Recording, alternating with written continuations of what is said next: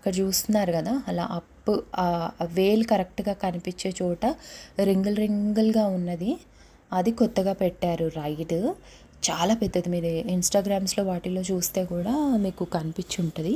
But అది ఆ రోజు ఓపెన్ లేదు, మరి ఎందుకో రింగులుగా తిరుగుతూ ఉంది. అదే నేను మళ్ళీ చెప్తున్నాను, ఇదేమో పాతది అని చూపిస్తున్నాను అనమాట. మనం ఇప్పుడు పైకి వెళ్ళాం, అదే గంట స్తంభం నా భాషలో. చూడండి, నేను జూమ్లో చూపిస్తున్నాను, ఉన్నాయి అక్కడ.